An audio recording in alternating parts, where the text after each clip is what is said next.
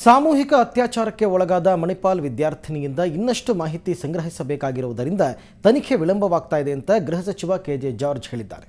ಬೆಂಗಳೂರಿನಲ್ಲಿ ಮಾತನಾಡಿದ ಅವರು, ವಿದ್ಯಾರ್ಥಿನಿ ಘಟನೆ ಬಗ್ಗೆ ಮಾಹಿತಿ ಕೊಡುವ ಸ್ಥಿತಿಯಲ್ಲಿ ಇಲ್ಲ. ಆರೋಗ್ಯ ಸುಧಾರಿಸ್ತಾ ಇದ್ದರೂ ಕೂಡ ಆಕೆಯ ಮೇಲೆ ಒತ್ತಡ ಹೇರುವುದು ಸರಿಯಲ್ಲ. ಹೀಗಾಗಿ ತನಿಖೆ ನಿಧಾನಗತಿಯಲ್ಲಿ ನಡೆದಿದೆ ಅಂತ ಸ್ಪಷ್ಟನೆ ನೀಡಿದರು. ಕೆಲವೊಂದು ಸಂದರ್ಭದಲ್ಲಿ ನಾವೇನು ಮಾಡಿದ್ವಿ, ಪೊಲೀಸರಿಗೆ ನಾವು ಫ್ರೀ ಹ್ಯಾಂಡ್ ಕೊಟ್ಟಿದ್ದೀವಿ. ನಾವು 8 ಟೀಮ್ ಮಾಡಿದ್ದಾರೆ. 2 SP ಗಳು, ಮಂಗಳೂರು ಮತ್ತು ಉಡುಪಿ SP ಅವರು, ಪ್ಲಸ್ಸು IGP ರೇಂಜ್ IGP ಅವರು ಅಲ್ಲಿಯೇ ಇದು ಮಾಡಿದ್ದಾರೆ. ಇಲ್ಲಿಂದ ADGP ಲಾ ಆ್ಯಂಡ್ ಆರ್ಡರ್ ಸಮೇತ ಅಲ್ಲಿಗೆ ಹೋಗಿದ್ದಾರೆ. ಅವರು ಸಮೇತ ಅದರ ಇದನ್ನು ನೋಡ್ತಾ ಇದ್ದಾರೆ.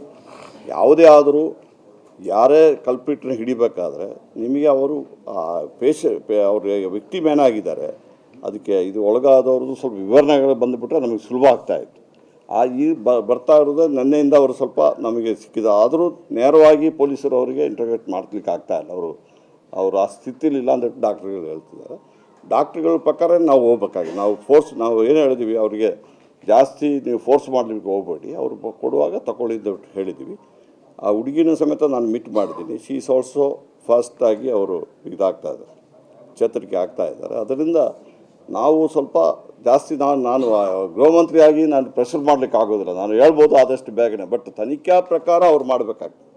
ಯಾರನ್ನೊಬ್ಬರನ್ನ ಹಿಡ್ಕೊಂಬಂದುಬಿಟ್ಟು ಅರೆಸ್ಟ್ ಮಾಡಿದ್ದಲ್ಲ, ಯಾರು ನಿಜವಾಗಿ ಕಲ್ಪಿಟ್ಟಿದ್ದಾರೆ ಅವ್ರನ್ನ ಹಿಡೀರಿ ಅಂತ ಹೇಳಿದ್ವಿ. ನಮ್ಮ ಹತ್ರದಿಂದ ಯಾವುದೇ ಪ್ರೆಷರ್ ಇಲ್ಲ. ಅವರಿಗೆ ಫ್ರೀ ಹ್ಯಾಂಡ್ ಕೊಟ್ಟಿದ್ದೀವಿ.